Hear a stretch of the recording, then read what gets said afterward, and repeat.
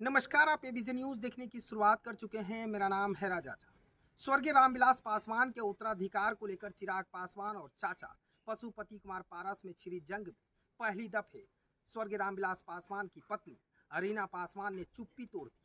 स्वर्गीय रामविलास पासवान की पत्नी रीना पासवान ने पशुपति पारस को लेकर सनसनीखेज मीडिया के सामने खुलासा किया है। रीना पासवान ने कहा है कि रामविलास पासवान के जिंदा रहते ही पशुपति पारस उन्हें ब्लैकमेल करते थे।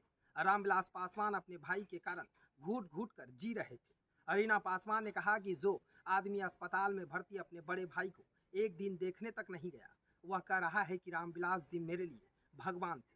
पारस ने मुझसे कहा होता तो मैं सब कुछ दे देती, लेकिन उन्होंने मेरी दुनिया उजाड़ दी।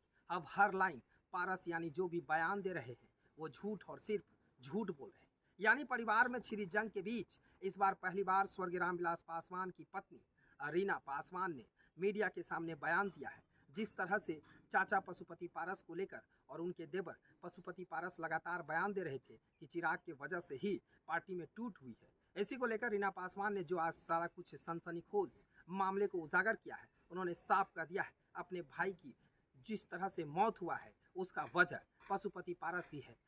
स्वर्गीय रामविलास पासवान से अस्पताल में जब मिलने जाते थे तो कई बार पार्टियों को लेकर हो या फिर कोई कार्य को लेकर वो चर्चा करते रहते थे। इसको लेकर रामविलास पासवान तनाव में रहते थे।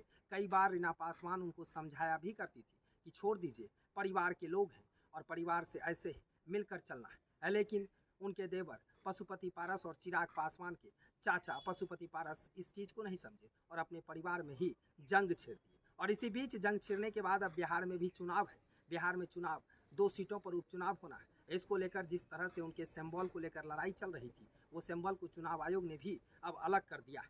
इसके साथ ही अब चिराग पासवान ने भी चुनाव लड़ने के लिए मैदान में उतर चुके हैं। उधर पशुपति पारस कुमार ने लगातार एनडीए का हिस्सा बता रहे हैं। उन्होंने साफ बयानबाजी करते हुए कहा था कि हम एनडीए के लिए प्रचार करेंगे और एनडीए की जीत भी होगी। लेकिन चुनावी मैदान में चाचा के खिलाफ हो या फिर एनडीए यानी नीतीश कुमार के खिलाफ लगातार चिराग पासवान उनके खिलाफ चल रहे हैं। ऐसी वजह से दोनों जगह उपचुनाव पर चिराग पासवान ने अपनी पार्टी के लोगों को उतार दिया है। देखते रहिए एबीजे न्यूज़। अगर एबीजे न्यूज़ के यूट्यूब चैनल को अब तक सब्सक्राइब नहीं किया है तो जल्द कर लें। अगर आप हमें फेसबुक पेज पर देख रहे हैं तो फेसबुक पेज को लाइक और शेयर करना बिल्कुल ना भूलें।